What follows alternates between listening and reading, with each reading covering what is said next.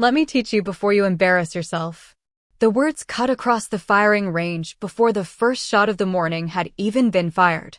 Corporal Ethan Rusk stood behind the shooting bench with a half-smile on his face, one hand resting on the sling of his rifle, the other pointing toward the woman kneeling beside the long-range weapon at Lane 7. His voice was loud enough for the entire line to hear. Loud enough for the young recruits behind him to stop loading magazines. Loud enough for the range safety officer to glance up from his clipboard. The woman did not answer. She was still focused on the rifle. Her name was Mara Vance, though no one on that range knew it yet. To them, she was just a quiet woman in a faded field jacket, worn boots, and a black cap pulled low over her eyes. No rank on her chest. No unit patch on her shoulder. No medals. No stories. Nothing that demanded attention. And that was exactly how she preferred it. Before we continue, where are you watching from? Drop your city or country in the comments below, and if you believe in courage and respect, hit like and subscribe. These stories inspire change, and we're glad you're here. Now, back to Mara. The range sat on the eastern edge of Naval Auxiliary Training Ground Harlan, where the desert rolled flat for 2 miles before rising into brown ridgelines cut by dry wind and heat shimmer. Steel targets stood at staggered distances across the sand, dark silhouettes against the pale morning light. At 600 yards, a row of circular plates. At 800, narrow torso targets. Beyond that, at nearly 1,000, 3 small pieces of painted steel barely visible without glass. The kind of range that separated confidence from confidence. Mara had arrived before sunrise, walking through the open gate with a canvas gear bag over one shoulder and a paper cup of black coffee in her hand. She had signed the visitor log without ceremony, nodded once to the civilian clerk, then moved toward Lane 7 like she had been there 1,000 times. No one asked who she was. People rarely asked questions when they thought the answer was boring. The recruits were already gathered near the benches, fresh from morning formation and still carrying the loud energy of men who believed a uniform made them dangerous. Most of them were young. Early 20s. Strong backs, clean haircuts, new confidence. They had spent the last 3 weeks learning how to shoot at distance, and that was just long enough for some of them to start believing they understood war. Ethan Rusk believed it more than anyone. He was 24, broad-shouldered, sharp-jawed, and famous among his class for speaking before thinking. He had scored high during basic marksmanship and even higher during intermediate rifle work. His instructors called him talented. His friends called him a natural. Ethan called himself ready. That morning, he had been assigned to demonstrate long-range fundamentals for the newer recruits until Master Chief Daniel Keene arrived. It was a small responsibility, but Ethan wore it like a promotion. He walked the line correcting hand placement, adjusting elbows, making comments just loud enough to be admired. Then he saw Mara touching the rifle at Lane 7. It was an M2010, not new, not clean in the way display weapons were clean, but cared for in the way field weapons were cared for. The stock had worn marks where a cheek had rested thousands of times. The bipod legs carried scratches from rock and concrete. The scope had a thin line of dust near the adjustment turret. Mara noticed all of it. She ran one finger along the side of the optic mount, then paused. Her eyes shifted to the wind flags downrange. One flag moved left. Another hung almost still. Farther out, a strip of orange tape twisted hard in the opposite direction. Layered wind. The kind that punished lazy shooters. She leaned closer to the rifle, not touching the trigger, not disturbing the chamber, only studying the setup with quiet attention. Then she reached into her jacket pocket and pulled out a small torque wrench. That was when Ethan laughed. "Hey," he called out. "You sure you're allowed to mess with that?" Mara did not look back. One of the recruits beside Ethan smirked.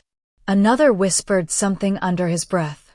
A third lifted his phone but kept it low, pretending to check a message. Ethan stepped closer.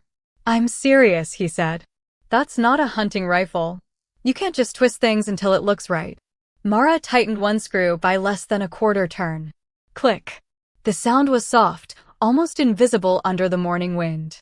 Ethan's smile widened. "Wow," he said, turning slightly so the others could hear him better.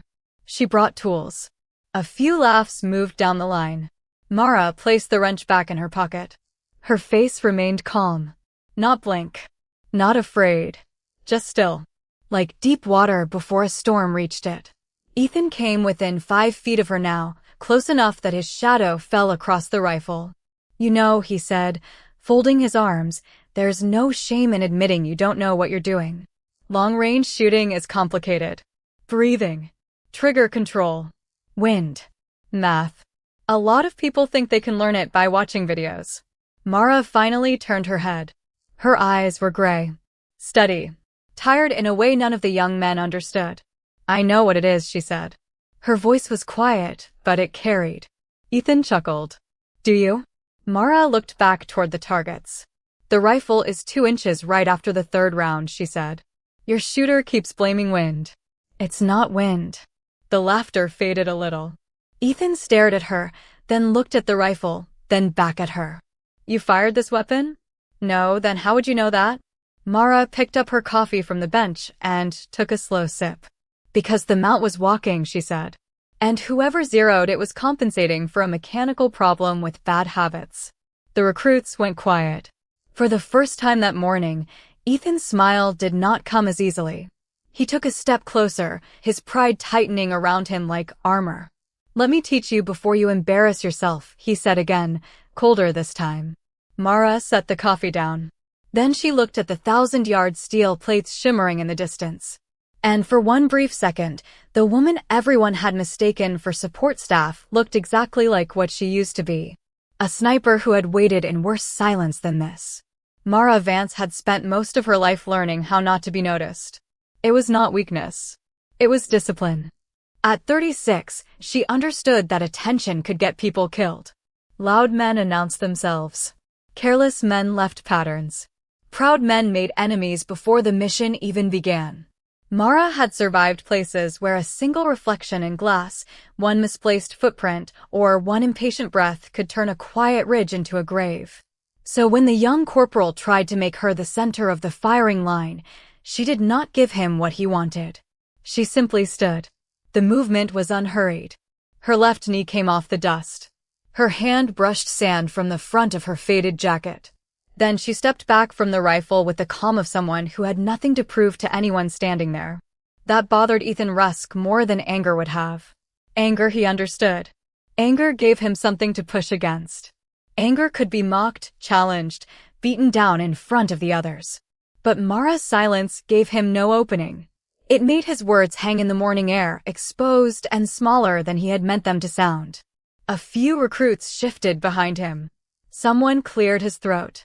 The wind moved across the range, dragging fine dust over the concrete pads and rattling the paper stapled to the scoreboards.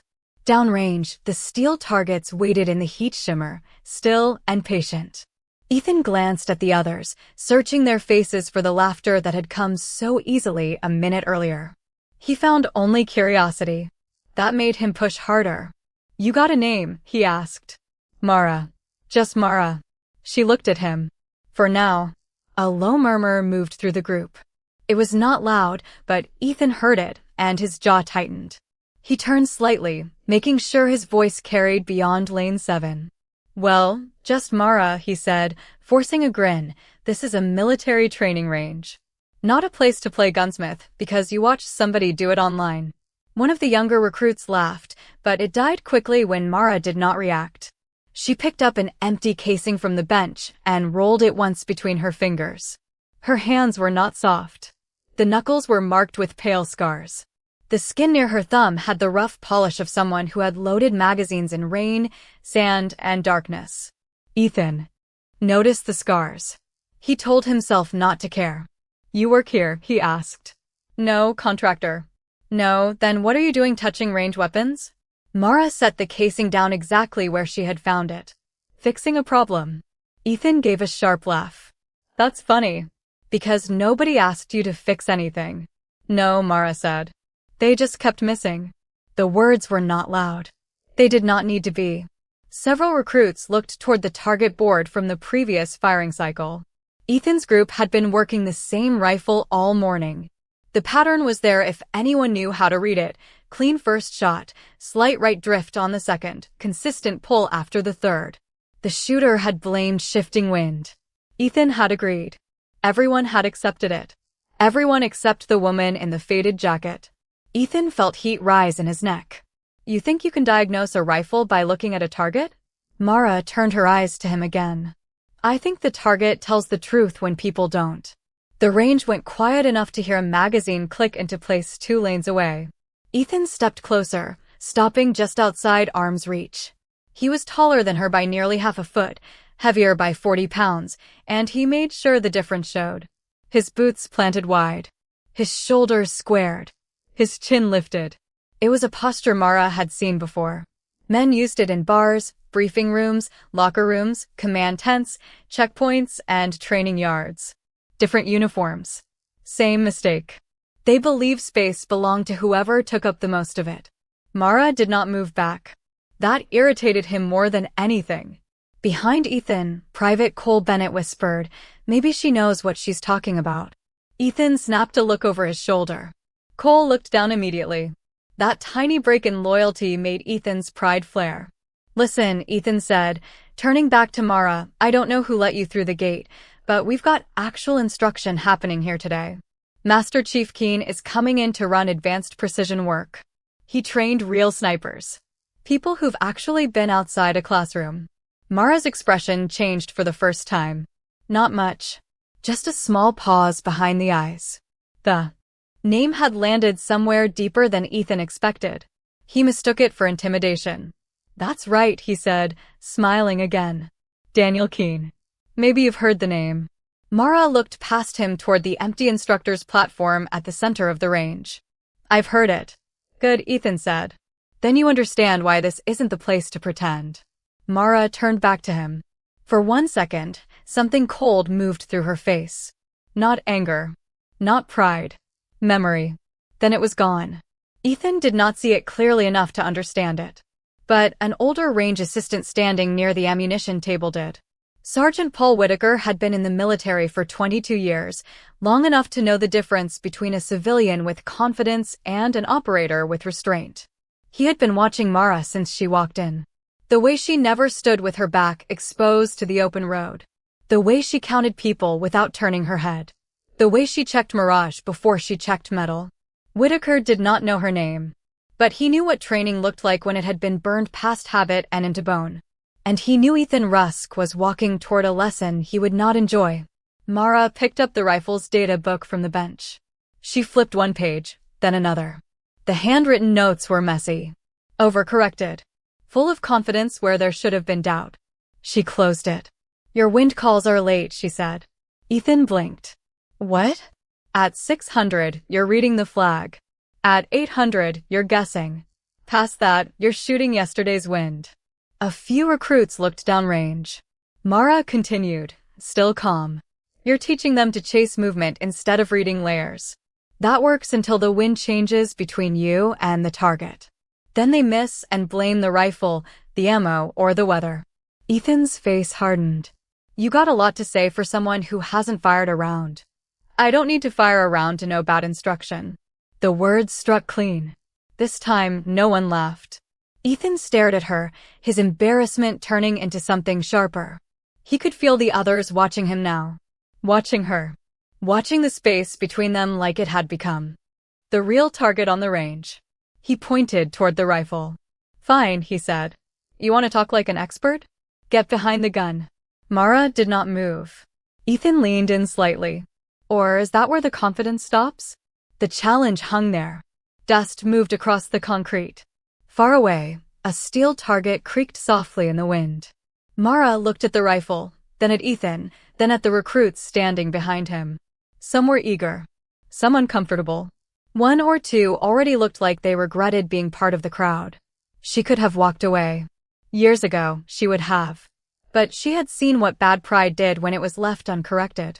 On a range, it embarrassed people. In the field, it buried them. Mara stepped toward the bench. Ethan smiled, thinking he had cornered her. He had no idea she had spent half her life waiting for men to make that mistake. Mara did not reach for the rifle right away. She stood beside the bench and studied the range like the range was speaking to her. Most of the recruits saw only distance. Sand. Steel. Heat. Empty space stretching toward the ridge. Mara saw layers. She saw the first wind flag dragging left at 600 yards, lazy and uneven. She saw the second flag hanging low near 800, almost still, protected by a shallow cut in the terrain. She saw the far orange tape snapping hard near the 1,000-yard plates, warning of a crosswind that would touch the bullet late and punish anyone who corrected too early. She saw the mirage bending above the dirt. She saw the old tire tracks near the berm where dust lifted in short bursts, then died. She saw the target stand at 950 yards rock slightly on its base every time the wind pressed through the low gap in the ridge. Ethan saw none of that. To him, Mara was taking too long. "What are you waiting for?" he asked. "The target's not going to move closer." A few recruits laughed because they were supposed to. Mara lowered herself behind the rifle. The moment her body met the ground, the entire shape of her changed. Standing, she had seemed ordinary. Small, quiet, almost forgettable. Behind the rifle, she became something else. Her elbows found the concrete without. Searching. Her shoulder settled into the stock with perfect pressure. Her cheek touched the comb in the same place it had touched 1,000 other rifles in 100 other conditions. No wasted movement. No nervous adjustment. No need to look impressive. Sergeant Whitaker stopped sorting ammunition. He watched her breathing. There were habits every trained shooter learned. Then there were habits only a few survived long enough to master. Mara did not force herself still. She arrived at stillness. Her body narrowed around the weapon until rifle, breath, pulse, and distance looked like one connected thing. Ethan's smile faded another inch. He told himself it meant nothing. Plenty of people could look good behind a rifle. Looking good did not mean hitting steel. "Careful," he said, loud enough for the others. "That thing has recoil. Don't let it scare you." Mara's eyes stayed in the scope. "Your elevation is fine," she said. Ethan frowned. "What?" "Your elevation," she repeated. "You were right to leave it. Your problem was never vertical." Ethan looked at the recruits as if Mara had just said something obvious. "Yeah, thanks. We covered that." "No," Mara said. "You mentioned it. You didn't understand it." The line went still. Ethan's jaw tightened. "You always this disrespectful to people trying to help you?" Mara lifted her head from the stock and looked at him. "You're not trying to help me." The words were quiet. Clean. Accurate. That made them worse. Ethan felt the recruits behind him listening too closely now. He could feel his authority thinning. A few minutes earlier, he had owned the line. He had been the confident one, the shooter with answers, the man waiting for Master Chief Keen to arrive and confirm what he already believed about himself. Now this woman with no visible rank had taken control of the silence. He crouched beside her, close enough to invade her space, but not close enough to be accused of touching her. "Let me explain something," he said. "This isn't about confidence. This is about fundamentals. You don't just lie down behind a precision rifle and start talking like you've been doing it for 20 years. Mara looked back through the optic. 21. Ethan paused. "What?" She adjusted the focus ring by a fraction. 21 years. A murmur moved behind them. Ethan laughed once, but the sound came out thin. "Sure." Mara did not answer. She reached for the data book again and opened it beside the rifle. Her eyes moved across the notes. She saw the pattern instantly, rushed calls, copied corrections, numbers written without context. Whoever had logged the last string understood procedure, but not consequence. A notebook could record a shot. It could not explain why a shooter lied to himself after missing. She closed the book and pushed it away. "You're teaching them to force the shot before they earn the picture," she said. "That's why they're chasing steel instead of building position." Ethan stood up. "That's enough." But Mara continued, still looking downrange. "The shooter on this lane has a right side pressure problem. He loads the bipod unevenly, then corrects with his shoulder. First round survives it. Second round shows it. Third round exposes it." Private Cole Bennett looked at the rifle, then at the target board. His face changed. He had been the shooter. Ethan saw the recognition and turned sharply. Don't start listening to her. Cole swallowed. But she's right about the third round. Ethan's eyes flashed. She guessed. Mara finally removed the magazine and cleared the chamber, even though she had already checked it twice. Safety was not a performance to her. It was religion. Then she sat back on one heel and looked up at Ethan. Guessing is what people call experience when they don't recognize it. The words landed harder than a shout. For a moment, Ethan said nothing. He could feel the situation slipping out of the shape he wanted. He had meant to embarrass her, to make a quick example out of someone he believed had wandered into a world she did not belong to. Instead, she was dismantling him without raising her voice. He pointed toward the 1,000-yard targets. All right, he said. Enough talking. Since you know everything, make the shot. Mara looked toward the far steel. Which one? Ethan smirked, grateful to return to something measurable. The center plate. 2. Easy. The recruits went silent. Ethan blinked. Mara pointed downrange. The left plate has a loose chain. It swings after wind gusts. Smaller window. Better test. No one spoke. Even Whitaker looked downrange through his binoculars. At nearly 1,000 yards, the left plate was barely more than a dark fleck. Through glass, the loose chain was visible, moving slightly whenever the wind pressed through the gap. Ethan had not noticed it all morning. Mara had noticed it without binoculars. He covered his surprise with a laugh. Fine, he said. Left plate. 1 round. Mara looked at him.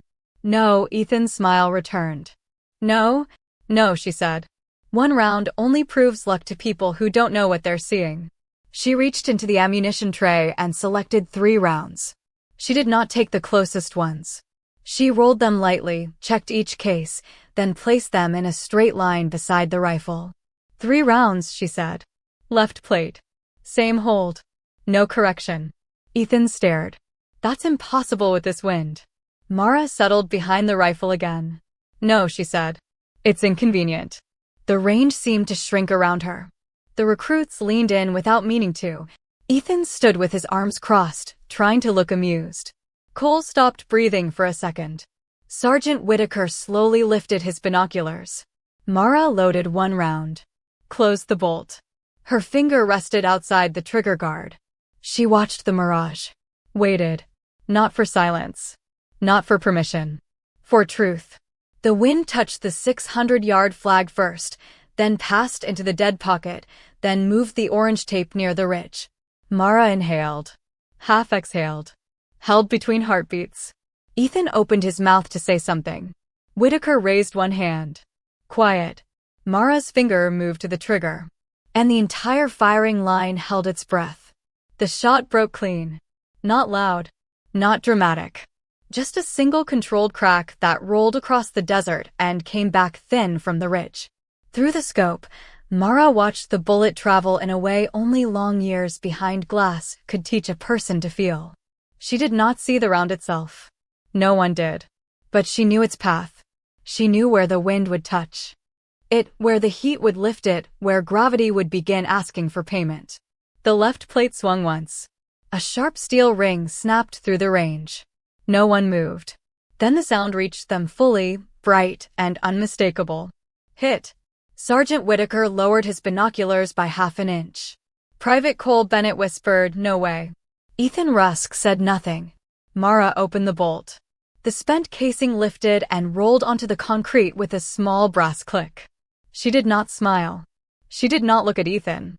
She did not check whether anyone had been impressed. She already knew where the round had landed. She loaded the second. Wind shifted, Ethan said suddenly. It came out too fast. Not as an observation. As a defense. Mara kept her eye near the scope. No. It settled. Ethan stepped closer to the firing line, squinting downrange as if he could force the target to tell a different story. That plate was already moving. Yes. So the first hit doesn't prove anything. Mara paused with her fingers resting near the bolt. For a moment, the old range returned to silence.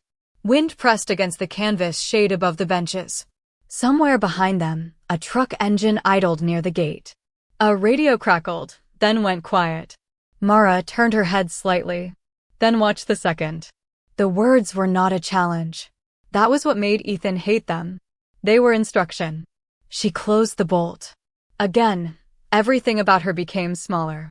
Quieter. More exact. Her shoulder settled. Her cheek found the same place. Her breathing slowed until the space between each breath seemed wider than the desert in front of her. Ethan had watched good shooters before. He had watched Master Chief Keen demonstrate prone stability, trigger control, wind reading, and follow-through. He had studied those movements with hunger, trying to copy the parts that looked powerful. But watching Mara was different. There was no performance in it. No need to appear lethal. No tension in her jaw. No theatrical stillness. No exaggerated focus meant for the crowd. She simply disappeared into the work. The woman in the faded jacket became a line between rifle and target. Sergeant Whitaker saw it and felt the hair rise. On the back of his neck. He had seen that kind of calm only twice. Once in a Marine scout sniper who had crawled through winter mud for 9 hours to reach a trapped patrol. Once in a Navy operator who had arrived at Bagram with no name on his orders and eyes like locked doors. Never in a visitor. Never in someone no one had bothered to identify. Mara waited. The mirage trembled. The left plate swung forward, back, then slowed. Wind moved high first, then low. She could feel Ethan's impatience beside her like heat from a fire. He wanted her to shoot now. So she did not. A young shooter fired too early because silence made him uncomfortable. A disciplined shooter waited until the shot belonged to the moment. Mara waited. Then her finger pressed. The rifle cracked again. A second later, the same left plate snapped backward with a hard metallic cry. Hit. This time, the recruits reacted. Not loudly. Not yet. But bodies shifted. Heads turned. Someone breathed out a word that did not quite become a curse. Cole Bennett looked from the target to Mara, then to Ethan, and whatever certainty he had carried that morning began to break apart. Ethan felt it happening. Respect was moving without his permission. He pointed downrange. That could still be luck. Nobody answered him. That was worse than disagreement. Mara opened the bolt. Another casing slid free and settled beside the first. 2 brass shells now lay on the concrete, parallel, catching sunlight along their rims. She reached for the third round. Ethan's hand moved before his judgment caught up. He touched the back of the rifle stock. Not much. Just 2 fingers. Enough. Mara froze. The entire range seemed to feel the change before anyone understood it. Her hand stopped above the third round.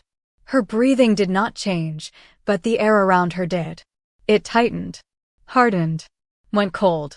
Slowly, Mara turned her head. Her eyes moved first to Ethan's fingers on the rifle. Then to his face. Move your hand, she said. Ethan gave a short laugh, but it sounded wrong. I'm just making sure you don't move your hand. This time, her voice carried across every lane. No anger. No volume. Only command. The kind that did not ask. Twice. Ethan's fingers lifted from the stock. For the first time that morning, he looked uncertain. Mara sat back from the rifle. She did not rush. She did not overreact. But everyone close enough could see the line he had crossed. On a firing range, touching another shooter's weapon during a live sequence was not teasing. It was not correction. It was dangerous. And Mara treated dangerous things with absolute clarity. She stood. The third round remained unfired beside the rifle. Ethan straightened too, trying to recover height, trying to recover control. What? He said. You scared now? A few hours earlier, that might have earned laughter. Now it sounded desperate. Mara looked at him for a long second. No, she said. I'm disappointed. The words struck him harder than insult. Behind him, Cole lowered his eyes. Another recruit stepped back. The young man with the phone stopped recording and slipped the device into his pocket. Mara picked up the third round and held it between 2 fingers. This is not a toy, she said. This is not a stage. And they are not your audience. She glanced toward the recruits.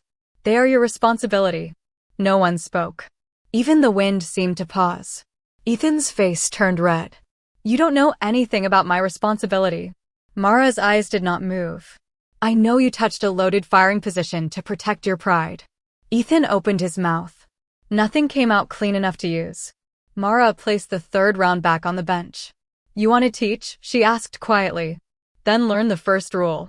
She stepped closer, not into his face, but near enough that he had to meet her eyes. A shooter owns every consequence of his ego. The sentence settled over the firing line like dust after impact. Ethan swallowed. For a moment, something almost like shame crossed his face. But pride was faster. Pride had protected him for too long. It came back hard, loud, and ugly. You talk like you're some kind of legend, he snapped. But I don't see a uniform. I don't see a rank. I don't see anyone here who knows you. Mara's expression did not change. But Sergeant Whitaker looked toward the gate. A black government SUV had just turned off the access road and rolled toward the range. Ethan kept going, unaware. You walked in here with an old jacket and a coffee cup, touched our rifle, interrupted my instruction, and now you want everyone to act like you're in charge? Mara looked past him now.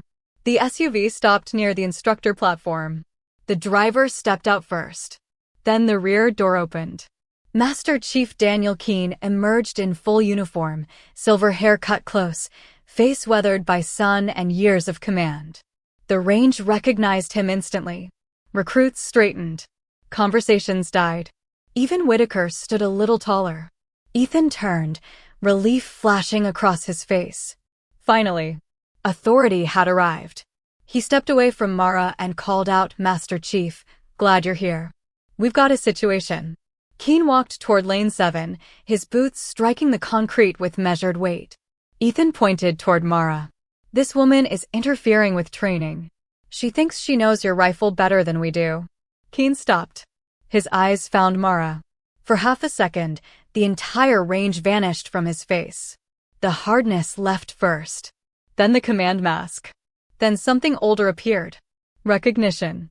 Respect. Mara gave him a small nod. Daniel. The recruits heard it. Not Master Chief. Not sir. Daniel. Ethan's face tightened in confusion.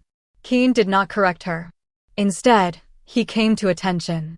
Then, in front of every recruit on the firing line, Master Chief Daniel Keene gave Mara Vance a slow, formal salute. The range went completely silent. For 3 seconds, no one on the range remembered how to breathe.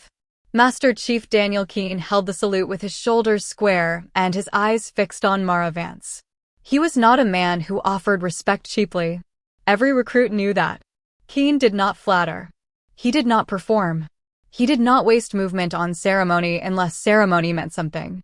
And this salute meant everything. Mara looked at him for a moment, then gave a small nod. At ease, Daniel. The words crossed the firing line softer than the wind. Still, every man heard them. Keene lowered his hand. Ethan Rusk stared at him, waiting for the correction that had to come.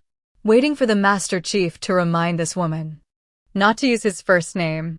Waiting for the room to return to the shape Ethan understood. It did not. Keene's eyes moved to the 2 spent casings beside the rifle, then to the unfired third round on the bench. He looked downrange at the left plate still moving faintly on its loose chain. She took the left plate, he asked. Sergeant Whitaker answered before Ethan could. Twice, Master Chief. Same hold. No correction. Keene looked back at Mara. A faint smile touched the corner of his mouth, but it did not soften him. It made him look younger and older at the same time. Of course she did. The words passed through the recruits like an electric current. Of course she did. Not lucky. Not surprising. Expected. Ethan felt the heat leave his face and settle somewhere colder in his stomach. Master Chief, he said, forcing his voice steady, with respect, she was interfering with my instruction. Keene turned to him slowly. The smile disappeared. Your instruction? Ethan straightened. Yes, Master Chief. Keene looked at the rifle, then at the target board, then at the recruits standing behind Ethan. You were assigned to keep the line organized until I arrived, Keene said. Not to run advanced sniper instruction. Ethan's mouth opened. He closed it. A few recruits dropped their eyes. Keene stepped closer to lane 7. His gaze fell on the optic mount, then the data book, then the pattern marked on the target log. She found the walking mount, he said. No one answered. Keen picked up the data book and flipped through it. His jaw tightened as he read the last few pages. Late wind calls. Repeated right drift. Bad correction discipline. He closed the book and looked directly at Ethan. She found in 2 minutes what you missed all morning. Ethan swallowed. Mara said nothing. That silence was worse than any accusation. Keen placed the data book back on the bench with careful control. Do you know who this is? He asked. Ethan glanced at Mara. For the first time, he truly looked at her. Not at the jacket. Not at the absence of rank. Not at the size of her frame or the calm in her voice that he had mistaken for weakness. He looked at the scars on her hands, the stillness in her posture, the way she stood without needing space to be given to her. No, Master Chief, he said. Keen turned toward the recruits. Most of you were in middle school when her name was already being whispered in places you will never see. The range stayed silent. Mara's face remained unreadable, but her eyes moved once toward Keen. Not warning. Not permission. Something between the two. Keen understood. He did not give them the stories that belonged in sealed rooms. He did not dress her past in glory or blood. He only gave them what they needed. This is Mara Vance, he said. Former Naval Special Warfare. Precision marksman. Long-range instructor. Call sign Ghost Line. A low breath moved through the group. Ghost Line. Ethan had heard the name once. Not in official training. Not in a classroom. It had come from an older staff sergeant after a brutal day of range work, spoken like a rumor and a prayer. The Ghost Line was not a person, the sergeant had said. It was a standard. A way of shooting without panic, without pride, without waste. Ethan had repeated the phrase for months without knowing it had a face. Keen continued. She trained operators before they deployed into environments where a missed shot did not mean a failed score. It meant a convoy didn't come home. It meant a hostage stayed behind. It meant a team on a hillside ran out of time. No one shifted now. No one laughed. Even the wind seemed to move carefully around the firing line. Ethan looked at Mara again, but she was not looking at him. Her attention had returned to the rifle, to the range, to the unfinished third round. As if her own identity mattered less than the lessons still sitting on the bench. Keen stepped beside her. And for the record, he said, his voice quieter now, she didn't just teach my instructor. He paused. Ethan's brow furrowed.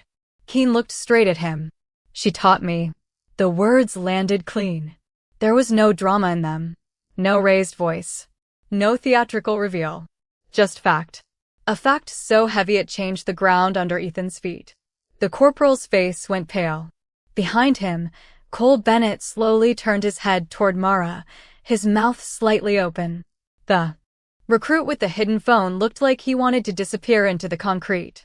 Whitaker exhaled through his nose, as if some final piece had clicked into place. Mara finally spoke. Daniel. Keen turned. She nodded toward Ethan. He touched the rifle during a live sequence. Keen's expression hardened instantly. Whatever respect had filled his face a moment earlier was replaced by the cold authority of a man responsible for everyone on that range. He did what? Ethan's chest tightened. I was only Keen cut him off. No, the single word cracked harder than the rifle had. You do not touch another shooter's weapon during a live position. You do not interrupt a firing sequence. You do not put your pride into someone else's line of fire. Ethan stood rigid. Yes, Master Chief. Keen stepped closer. You wanted to teach? Ethan did not answer. Keen's voice dropped. Then start by learning. He turned to Mara. Ma'am, the line is yours. Another shock moved through the recruits. Ma'am. Not out of politeness. Out of rankless respect. Mara looked at Keen for a long moment. Then she picked up the third round from the bench. The brass caught sunlight between her fingers. She walked back to the rifle and lowered herself into position. No one spoke. No one moved. This time, Ethan did not stand over her. He stood behind the safety line with the rest of the recruits. Exactly where he belonged. Mara loaded the round. Closed the bolt. Settled behind the glass. The left plate was still swinging slightly, slower now, tired from 2 perfect hits. The wind had changed again. Not much. Enough to humble someone careless. Enough to expose someone guessing. Mara watched it. Waited. The silence was different now. Before, the recruits had been waiting to see whether she could prove herself. Now they were waiting to understand how much they had failed to see. Mara inhaled. Exhaled halfway. The world narrowed. Rifle. Wind. Distance. Steel. Her finger pressed. The third shot broke. A second later, the left plate snapped back so violently its loose chain jumped against the frame. The ring echoed across the desert. 3 rounds. 3 hits. Same hold. No correction. Mara opened the bolt and let the final casing fall beside the others. Only then did she stand. She turned toward Ethan, not cruelly, not triumphantly, but with the tired patience of someone who had seen ego get men hurt. A rifle doesn't care what you believe about yourself, she said. It only records what you do. Ethan lowered his eyes. For the first time that morning, he had nothing to teach. The sound of the third hit stayed on the range long after the steel stopped moving. It traveled over the concrete pads, across the rows of silent recruits, past the ammunition table, and into the empty spaces between men who had laughed too early. No one clapped. No one cheered. This was not that kind of moment. This was the kind of moment that took something away. For Ethan Rusk, it took certainty. He stood behind the safety line with his hands at his sides, staring downrange as if the left plate might somehow explain what had just happened. 3 rounds. 3 hits. Same hold. No correction. In the kind of wind he had called impossible. He had spent the morning teaching confidence. Mara Vance had just taught consequence. Master Chief Keen let the silence stretch. He knew better than to rush embarrassment. A rushed lesson became resentment. A quiet lesson went deeper. He walked to the target board and pulled down Ethan's earlier grouping sheet. Then he placed it on the bench beside Mara's 3 casings. Everyone forward, Keen said. The recruits moved in slowly, forming a half circle around lane 7. Their faces had changed. The smugness was gone.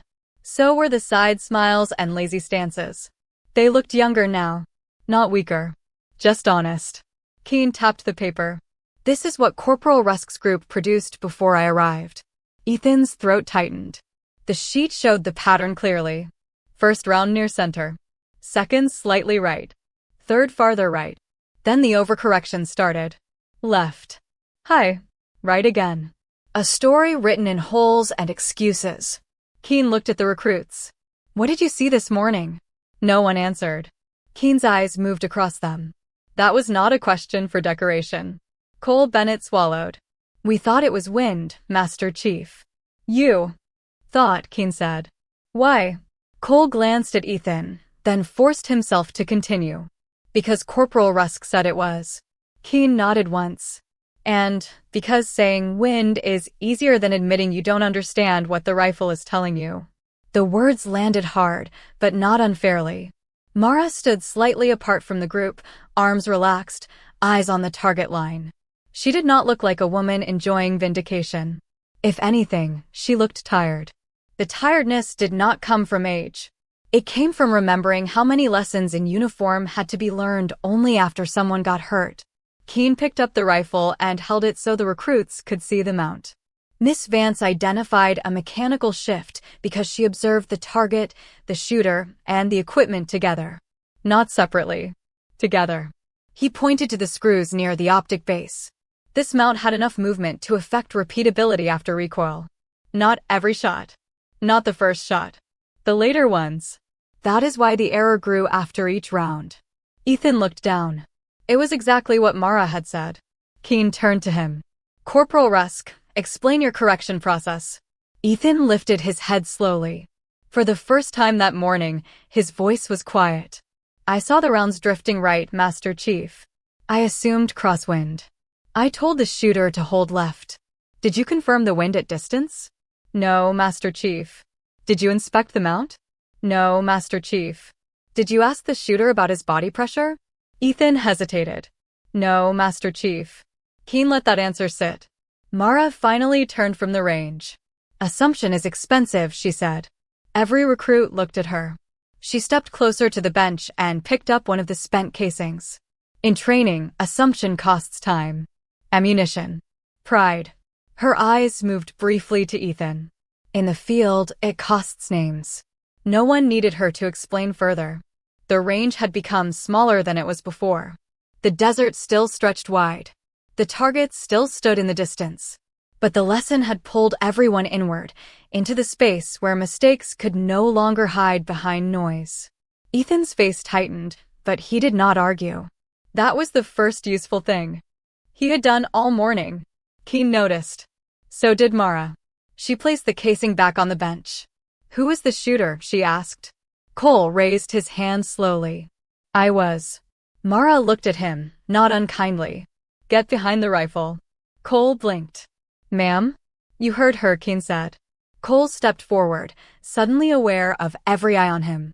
He lowered himself behind the rifle with the stiff caution of someone afraid to make the wrong move in front of a legend he had not known was a legend 5 minutes earlier.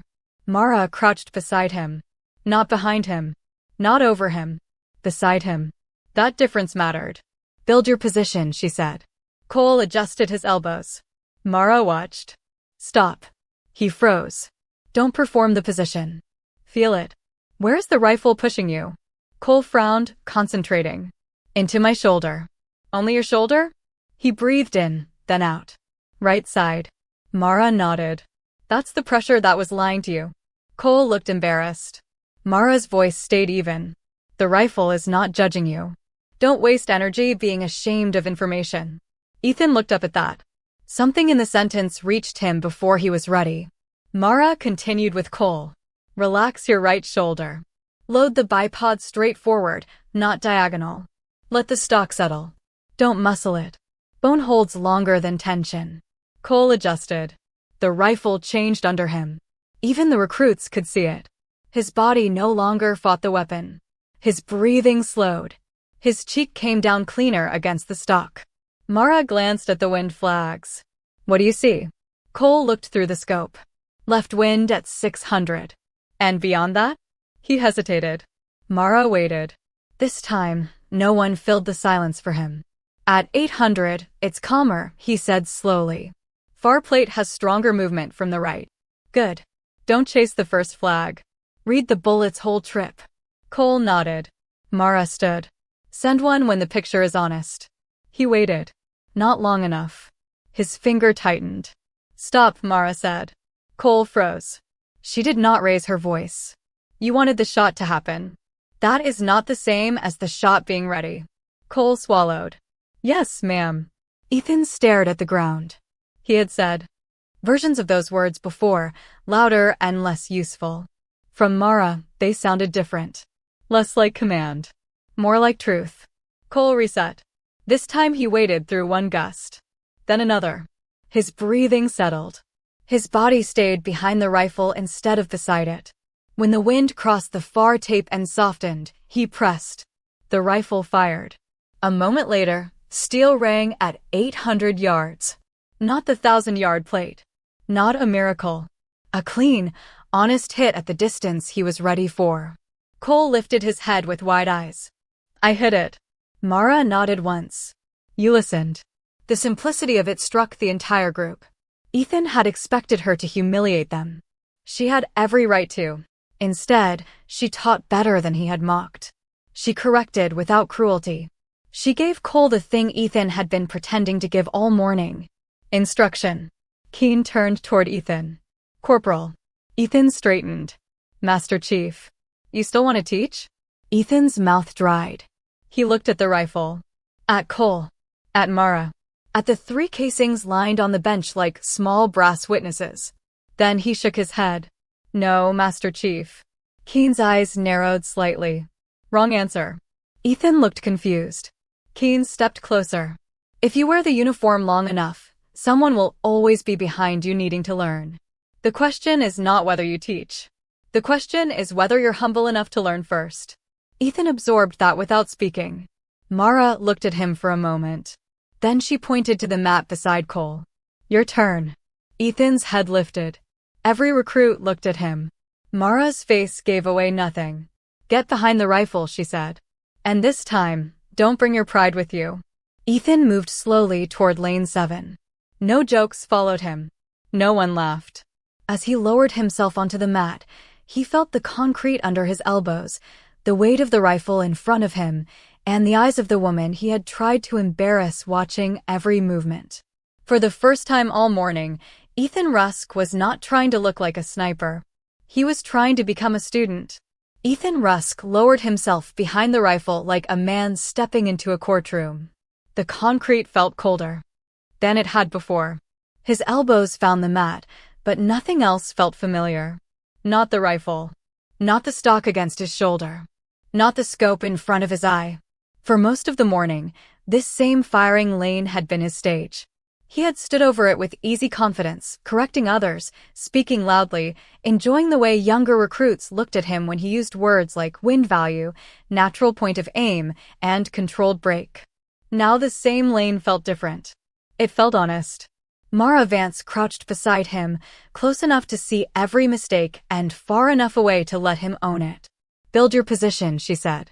Ethan shifted his hips, spread his legs, and pressed his shoulder into the stock. "Stop." He froze. Mara's voice remained calm. "You're fighting the rifle before it has done anything." Ethan swallowed. "I'm loading the bipod. You're loading your ego." A few recruits looked down, not wanting to react. Ethan's face burned, but he stayed still. Mara tapped the concrete beside his right elbow. "Move this in half an inch." He did. "Relax your firing hand." He loosened his grip. Not dead. Just honest. He adjusted again. Mara watched the rifle settle. Better. The word was small, but Ethan felt it more than he expected. Not praise. Not forgiveness. Just a marker that he had corrected something real. Master Chief Keen stood behind the line with his arms folded, saying nothing. He had seen Mara teach before. Years ago, on a classified range no one in this group had clearance to know about. He had been the one behind the rifle, young enough to think a good score meant he understood pressure. Mara had broken that illusion in one afternoon. Not with cruelty. With precision. Keen still remembered the first sentence she ever said to him. "If you need the world to admire the shot, you are not ready to take it." At the time, he had hated her for it. Later, he realized she had saved his life. Ethan breathed into the stock, trying to slow himself down. Through the scope, the 800-yard target trembled in the heat. The crosshair drifted. His first instinct was to muscle it back. Mara saw the tension enter his shoulder before the reticle even moved. "Don't drag the rifle to the target," she said. "Move your body until the rifle rests there on its own." Ethan lifted his head, reset his hips, and settled again. The crosshair came closer. Not perfect, but closer. Mara nodded. "Now talk me through the wind." Ethan looked at the flags. Left to right at 600. Maybe 3 miles per hour. Maybe? He clenched his jaw. 3 miles per hour. And past 6. He looked farther downrange. For the first time, he did not rush the answer. He watched the tape near the ridge, the shimmer over the ground, the strange dead space where the wind dipped low. "Comrade 8, he said. Then right to left near the plate. Mara remained silent. Ethan waited. Nothing. He turned his eyes slightly away from the scope. "Is that wrong?" "It's incomplete," she said. "Keep looking." He did. The longer he watched, the less simple the range became. The desert was not empty. It moved in pieces. Dust lifted and vanished. Heat bent differently near the berm. The far tape snapped, settled, then snapped again. The wind was not one thing. It was a conversation. And all morning he had been interrupting it. "It's switching late," Ethan said finally. "The last 100 yards are unstable." Mara's face did not change. But Keen saw the faint approval in her eyes. "Now you're reading," she said. Ethan let out a slow breath. For the first time that day, the rifle did not feel like something he had to dominate. It felt like something he had to understand. Mara stood. "Send one when you're ready." Ethan's finger moved toward the trigger. "Not when your pride is ready," she added. "When the shot is." He stopped. The words cut, but not like before. Before, every correction had felt like humiliation. Now, lying behind the rifle with the target small and distant and the wind refusing to obey him, Ethan began to understand that humiliation had not come from Mara. It had come from being exposed. There was a difference. He waited through one gust. Then another. His breathing steadied. The crosshair drifted, returned, and settled. Not perfectly, but honestly. He pressed the trigger. The rifle cracked. A second passed. No ring. The bullet struck dirt. Just off the target's right edge. Ethan closed his eyes. The old instinct rose fast. Wind shifted. Bad ammo. Loose rifle. Bad call. Anything but him. Mara's voice arrived before the excuse could leave his mouth. Call it. He opened his eyes. Right edge. Low. Why? He stared through the scope, replaying the shot. I rushed the break. Mara waited. And I overheld for the late wind, he added. She nodded once. Good. Ethan looked up sharply. I missed. You told the truth. The line went still. That sentence did something no perfect shot could have done. It took the miss and stripped away the shame. It made the error useful. It turned failure from a verdict into information. Cole Bennett watched from behind the line, his expression changed by the same realization. The other recruits watched too. No one was smirking now. They were learning from Ethan's miss because Mara did not waste it. She crouched beside him again. Run the correction. Ethan adjusted his breathing first, then his position, then his hold. Not the scope. Himself. Mara saw it. So did Keen. Ethan waited longer this time. His body stayed quieter. His shoulder stopped trying to shove the rifle into obedience. The wind moved, settled, and opened a narrow window. He pressed. The rifle fired. A clean steel ring came back from 800 yards. Hit. Ethan stayed behind the scope, stunned by the sound. Not because it was the best shot he had ever made. Because it was the first one that felt earned. Mara stood beside him. Again. He loaded another round. This time, no one breathed for him. No one spoke over the wind.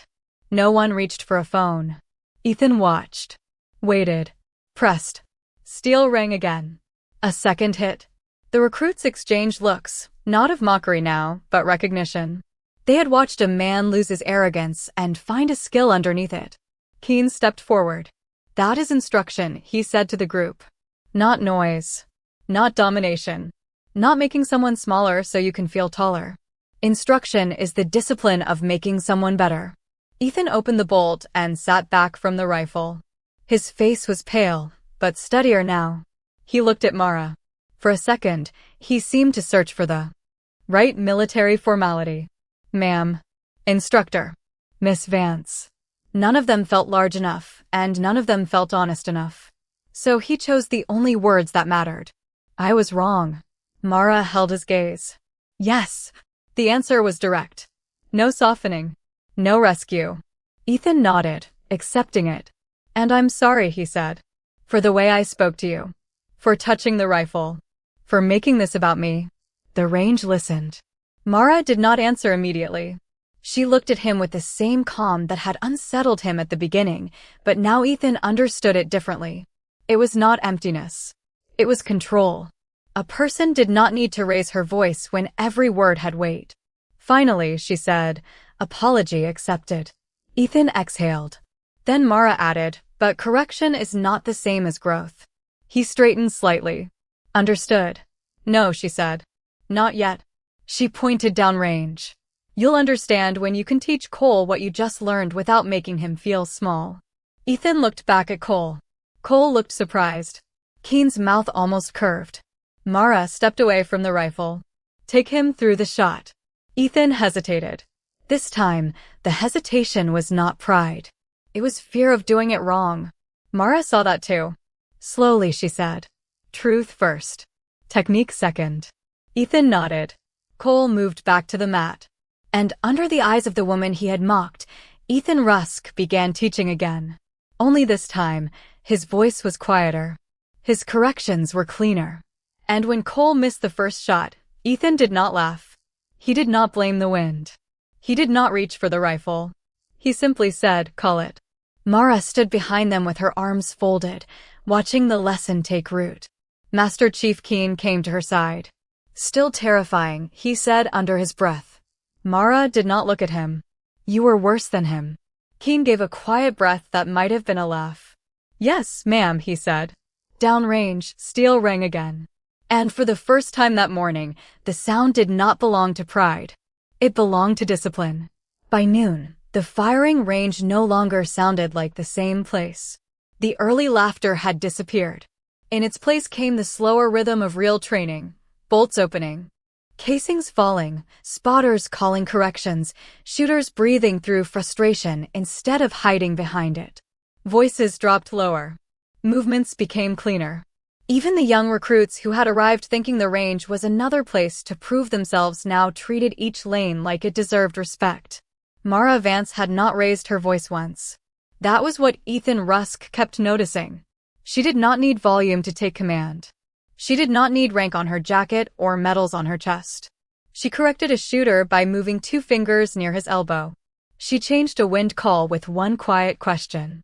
She turned a miss into a lesson before the shooter had time to feel ashamed of it. And somehow, under her instruction, the entire line improved. Cole Bennett hit 800 yards 3 times in a row after struggling all morning. Private Harlan, who had been jerking the trigger for 2 weeks, finally broke a shot clean enough to make Sergeant Whitaker mutter, "There it is." A nervous recruit named Diaz admitted she could not read Mirage, and instead of laughing, 3 others leaned in to learn beside her. That was when Ethan understood the difference. Earlier, he had wanted the recruits to look at him. Mara wanted them to look at the work. Master Chief Keen stood near the center platform, arms folded, watching the transformation with the expression of a man seeing an old standard return to life. For years, he had carried pieces of Mara's teaching into every range he ran. He had repeated her phrases, borrowed her drills, even built entire training blocks around things she had taught him in places he still could not name. But hearing the original voice again was different. Sharper. Quieter. He remembered the first time he met her. It had been 12 years earlier on a restricted training site in the Nevada desert. Keen had already been respected then. Decorated. Confident. Too confident. He had arrived with a sniper tab, combat experience, and the private belief that he was there to polish skills he already owned. Then Mara Vance walked onto the range. Back then, she wore a uniform, but even in uniform, she did not look like the legend rumors made her out to be. No dramatic entrance. No cold speech. No attempt to intimidate the class. She simply looked down the firing line, watched each man handle his weapon, and said one sentence. Most of you shoot well enough to impress people who don't understand pressure.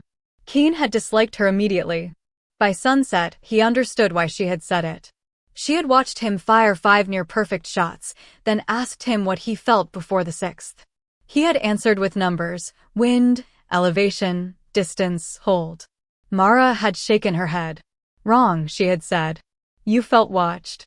And you rushed because admiration became part of your trigger press.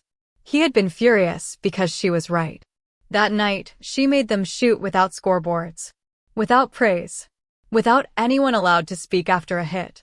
The next morning, she made them call their misses before spotters confirmed them. By the 3rd day, she had stripped the class down to what remained when ego had nothing left to feed on. That was where real marksmanship began.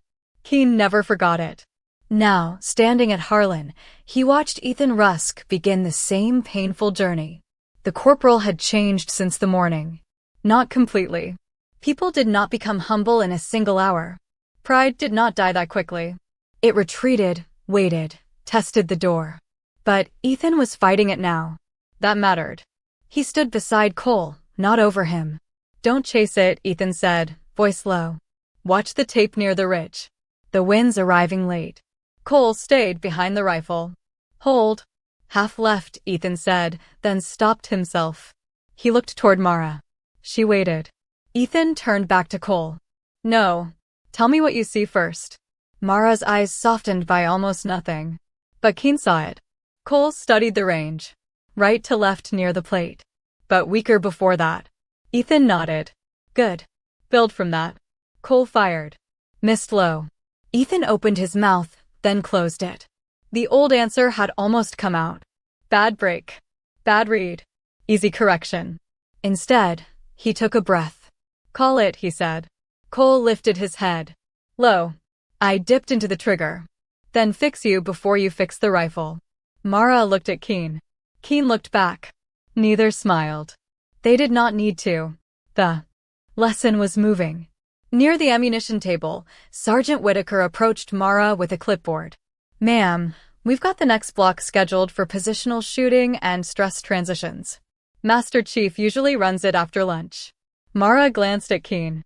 Keen lifted both hands slightly. The line is still yours. That drew another silent reaction from the recruits. A Master Chief yielding a training block was not casual. Not here.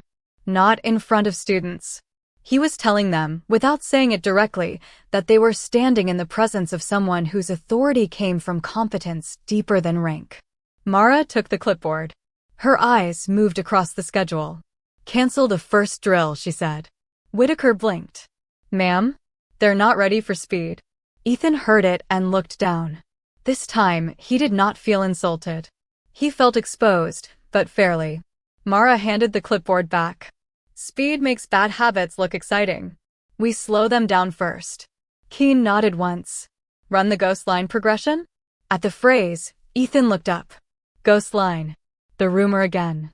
The standard. The name people said without knowing where it came from. Mara was quiet for a moment. Then she said, modified. Keen's face shifted slightly. He understood the reason. The original progression had not been built for a safe training range in daylight.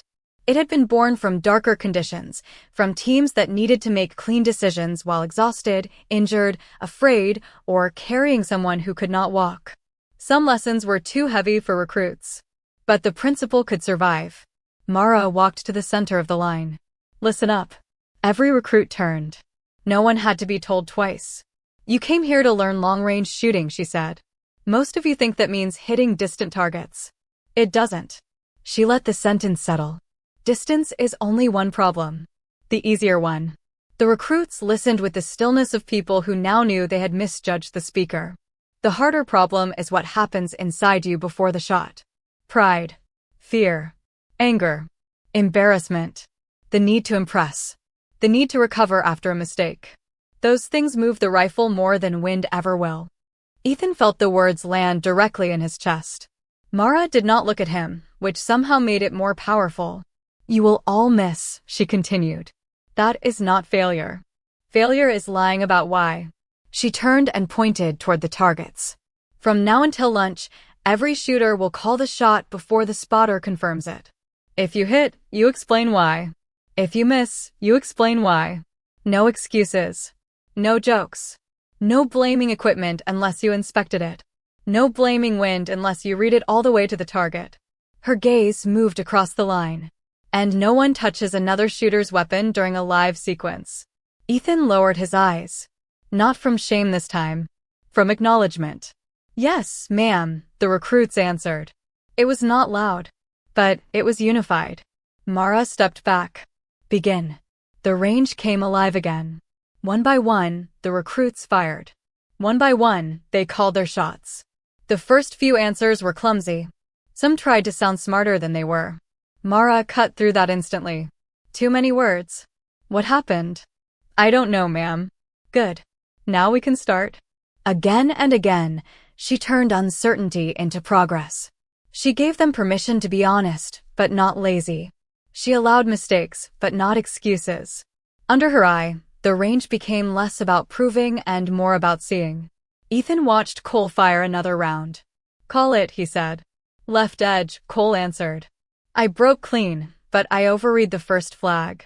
The spotter confirmed, left edge. Ethan nodded. Good call. Cole adjusted and fired again. Steel rang.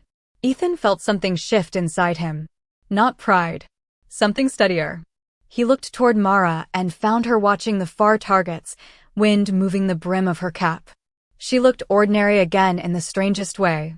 A woman in a faded jacket on a military range. Quiet. Still. Almost forgettable if someone did not know how to see. But Ethan knew now. He knew that some people did not carry their history where others could admire it. Some carried it in their breathing. In their restraint. In the way a rifle became calm under their hands. Master Chief Keen came to stand beside Ethan.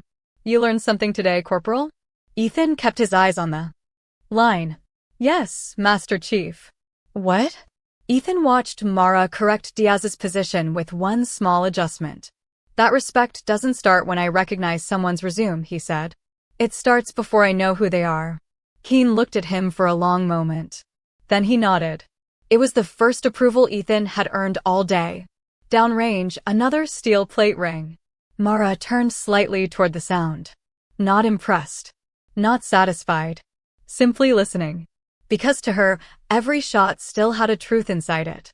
And the truth was always worth hearing. The final hour on the range did not feel like punishment. It felt like repair. The sun had climbed high over Naval Auxiliary Training Ground Harlan, turning the concrete pads bright and the desert beyond them pale with heat. Earlier that morning, the firing line had been filled with easy laughter, careless voices, and the kind of confidence that came from not yet understanding consequence. Now the line moved differently. Shooters checked chambers twice. Spotters confirmed wind before speaking. Recruits waded through gusts instead of forcing shots through them. When someone missed, no one laughed. They called it, corrected it, and learned from it. Mara Vance stood near lane 7 with her hands in the pockets of her faded field jacket, watching the work settle into them. That was always the hardest part of teaching. Not the demonstration. Not the correction. The settling. Anyone could be shocked by a perfect shot. Anyone could become quiet in the presence of a reputation. But real change only began when the legend left the room and the standard remained. Master Chief Daniel Keene knew that too. He stood beside her as Cole Bennett fired another round at 800 yards. The shot broke clean. A second later, steel rang across the desert. Cole opened the bolt, looked through the scope, and called without being asked. Center right. Clean break. Wind held longer than I expected. Mara nodded once. Good. Cole smiled, but only a little. He had learned by then not to celebrate before understanding why the shot worked. Ethan Rusk stood behind him, clipboard in hand, recording the call. His handwriting had changed since morning. Earlier, his notes had been rushed and crowded, more concerned with looking certain than being useful. Now each line was slower. Shot. Call. Correction. Result. Truth in sequence. Cole rolled away from the rifle and looked back at him. You want the lane? Ethan hesitated. A few hours ago, he would have taken the rifle like he was accepting applause. Now he looked toward Mara first. Not for permission exactly. For standard. Mara gave a small motion with her chin. Ethan stepped forward. He lowered himself behind the rifle, built his position, and stopped. His right elbow was too wide. He felt it before Mara had to say anything. He adjusted. His shoulder relaxed. His breathing settled. Through the scope, the target shimmered. He watched the first flag, then the second, then the far tape near the ridge. He waited. No one rushed him. No one needed him to be impressive. For the first time that day, Ethan understood how peaceful competence could feel when it was not dragging pride behind it. He pressed the trigger. The rifle cracked. A clean ring came back from 800 yards. Hit. Ethan opened the bolt and stayed behind the scope. Center left, he called. I broke clean. Held a little too much for the late wind. The spotter confirmed it. Master Chief Keene looked at Mara. She said nothing, but her silence had changed. It no longer cut. It approved. Ethan sat back from the rifle and looked at the 3 brass casings lined up near the edge of the bench from Mara's earlier shots. No one had moved them. They had remained there all day like quiet evidence. 3 hits. Same hold. No correction. But Ethan no longer saw them as proof that she was better than him. He saw them as proof that mastery did not need to announce itself. The range safety officer called the final ceasefire at 1400. Bolts opened. Magazines came out. Chambers were checked. One by one, rifles were cleared and placed safe on the benches. The recruits gathered near the instructor platform, dusty, sunburned, and quieter than they had been at sunrise. Keene stepped in front of them. Today was supposed to be a precision block, he said. It became something better. No one spoke. Keene's eyes moved across the group and stopped on Ethan for half a second. Precision is not just what happens between rifle and target. It is what happens between what you think you know and what the truth shows you. Mara stood off to the side, already half in shadow beneath the canvas cover. She looked like someone waiting for the formal part to end, so the real work of leaving could begin. Keen turned toward her. Miss Vance. Every recruit faced her. For a moment, she looked almost uncomfortable. Not afraid of attention. Just uninterested in owning too much of it. Keen continued. On behalf of this range, thank you. Mara looked at the recruits. She did not give them a speech. She was not built for speeches. Instead, she walked to the bench at lane 7 and picked up the loose optic mount screw she had removed earlier. She held it between her fingers where everyone could see it. This is small, she said. The recruits watched. One loose point. One ignored sign. One bad assumption. That is all it takes to move a shot off target. Her eyes shifted to Ethan. That applies to rifles. Then to the whole line. And to people. The desert wind moved under the canvas. Mara placed the screw on the bench. You looked at me this morning and built a story before you had evidence. Some of you laughed. Some of you stayed quiet. Some of you knew it was wrong and waited for someone else to stop it. No one raised their eyes easily. She let that silence do its work. In the field, that habit is dangerous. Not because it hurts feelings. Because it blinds you. If you cannot see the person beside you clearly, you cannot trust them correctly. And if you cannot trust correctly, someone pays for your pride. Ethan swallowed. He felt the words land where his excuses used to live. Mara stepped back from the bench. Respect is not something you give after a resume impresses you. It is the discipline of not underestimating people before you know what they carry. The range stayed silent. No music. No applause. Just the wind and the weight of a lesson no one could pretend they had not heard. Then Ethan stepped forward. His boots sounded too loud on the concrete. He stopped in front of Mara. Shoulders squared, but not with the old arrogance. This time, his posture was clean. Military. Accountable. Ma'am, he said. Mara looked at him. I owe you a public apology, he continued. Not just for what I said. For what I assumed. For touching the rifle. For trying to make you small so I could feel qualified. The recruits listened. Ethan turned slightly so his voice carried to them too. And I owe all of you one. I was assigned to keep the line organized. I acted like authority I hadn't earned. That made this range less safe and made you worse shooters. Cole Bennett lowered his eyes, but his mouth tightened with respect. Ethan faced Mara again. I'm sorry. Mara held his gaze for a long moment. Then she nodded. Then make it useful. Ethan understood. Not forgiven and finished. Forgiven and responsible. Yes, ma'am. Keen gave the faintest nod, the kind Ethan would have killed for that morning. Now it mattered more because he had not chased it. The recruits began packing up after dismissal. Cases closed. Targets were logged. Brass was collected from the concrete. The noise returned slowly, but it was different now. Lower. Cleaner. Men speaking like they had remembered where they were. Ethan stayed at lane 7 after the others moved away. He picked up Mara's 3 spent casings and held them out to her. You forgot these. Mara looked at the brass in his palm. No, she said. Keep them. Ethan blinked. Mara zipped her canvas gear bag. Not as a trophy, she added. As a reminder. He closed his fingers around the casings. What should they remind me of? Mara slung the bag over her shoulder. That the shot doesn't care how loud you were before you took it. Ethan looked down at the brass. When he looked up again, Mara was already walking toward the access road with Keen beside her. For a few steps, neither of them spoke. Then Keen glanced at her. You know they'll talk about this for years. Mara kept walking. They'll exaggerate. Probably. They'll make me sound taller. Keen almost smiled. Definitely. They reached the black SUV parked near the gate. The same desert wind pushed dust across the tires. Beyond the range, steel targets glinted. Under the afternoon sun, waiting for the next class, the next mistake, the next lesson. Keen opened the rear door, then paused. You coming back? Mara looked toward the firing line. Ethan was still there, standing beside Cole, showing him the 3 casings and saying something too quiet to hear. Cole listened. Not because Ethan was loud. Because Ethan had finally learned how to speak with care. Mara watched for another second. No, she said. Keen studied her. Why not? Her eyes stayed on the range. Because they don't need a legend. At lane 7, Ethan placed the casings in the small pocket of his range notebook and closed it carefully. Mara turned back to Keen. They need a standard. She climbed into the SUV.